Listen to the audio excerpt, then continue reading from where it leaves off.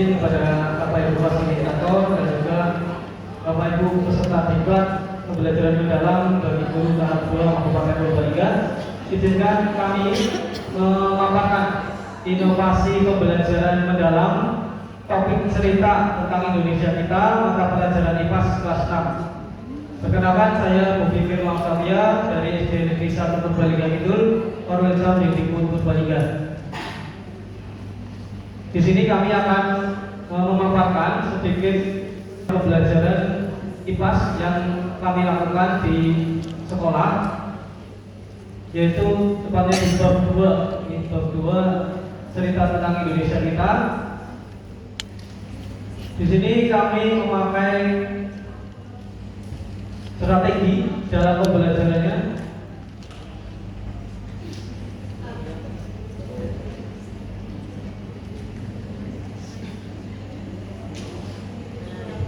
Yang pertama adalah berpusat pada murid.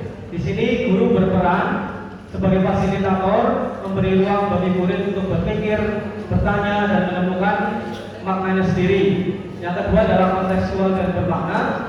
Materi ini dikaitkan dengan kehidupan nyata agar siswa memahami relevansinya. Yang ketiga, kolaboratif dan reflektif. Di sini murid belajar dalam kelompok, berdiskusi serta melakukan refleksi terhadap pengalaman belajar. Yang keempat, berlandaskan pilar pembelajaran mendalam, yaitu setiap kegiatan dirancang agar berkesadaran, bermakna, menggembirakan, kolaboratif, dan memuliakan. Yang terakhir, kelima, adalah pemanfaatan teknologi dan lingkungan, menggunakan media digital dan sumber belajar sekitar untuk memperkaya pengalaman belajar. Dan asesmennya berkelanjutan, dimulai dari asesmen awal, formatif, dan juga sumatif untuk memantau perkembangan siswa. Next.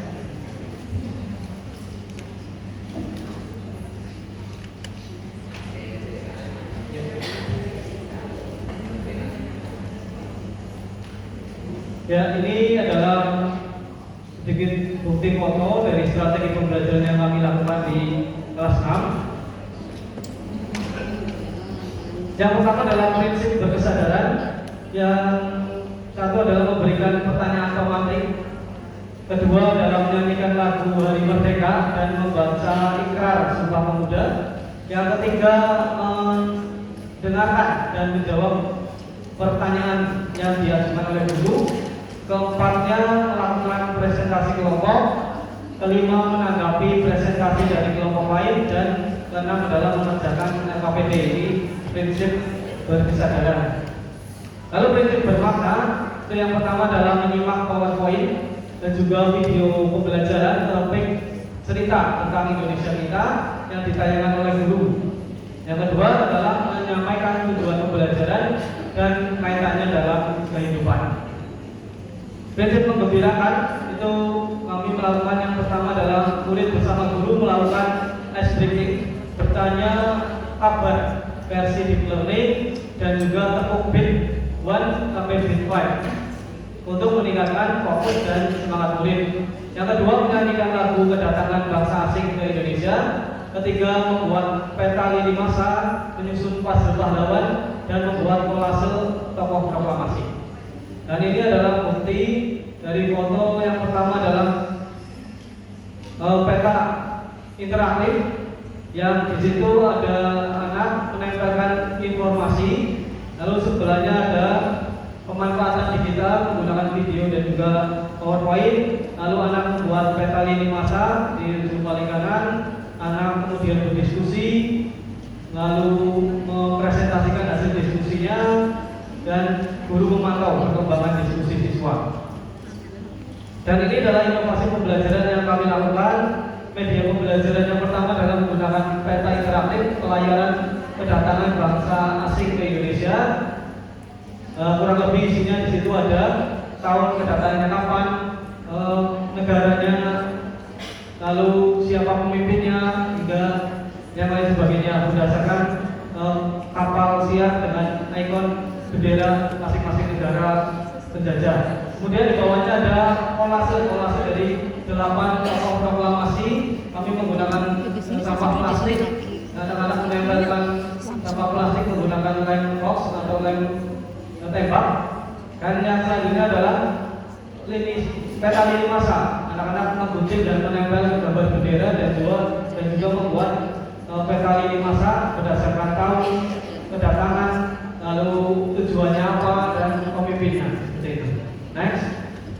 Dan ini alat peraga selanjutnya, kolase dari tokoh pahlawan, dari materi macam-macam perlawanan, dan kami belajar tentang perang Jawa, perang Patri, dan perang Saparwa yang menunjukkan ada 3 tokoh pahlawan tersebut.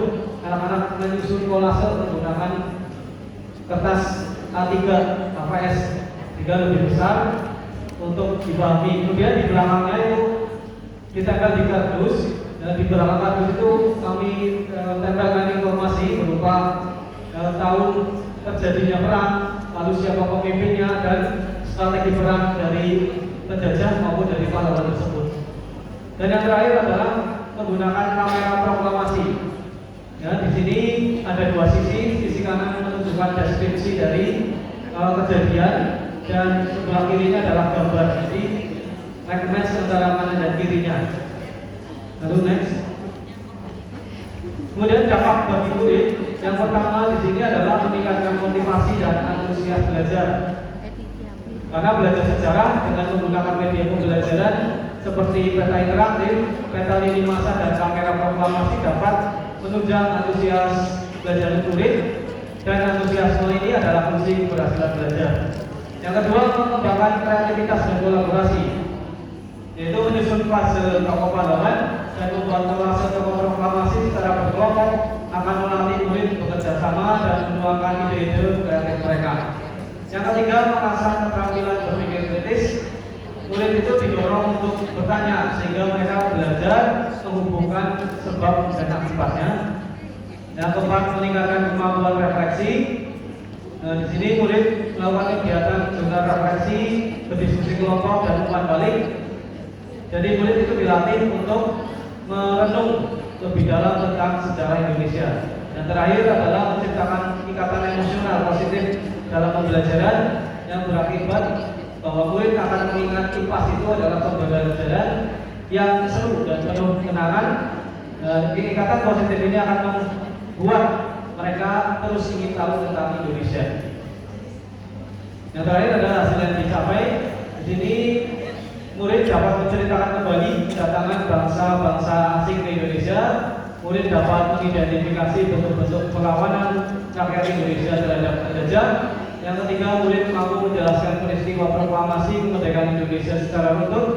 Yang keempat, murid antusias dan berpartisipasi aktif dalam pembelajaran, serta murid aktif berdiskusi dan berkolaborasi dalam kelompok. Demikian yang dapat kami sampaikan. Terima kasih. Wassalamualaikum warahmatullahi wabarakatuh.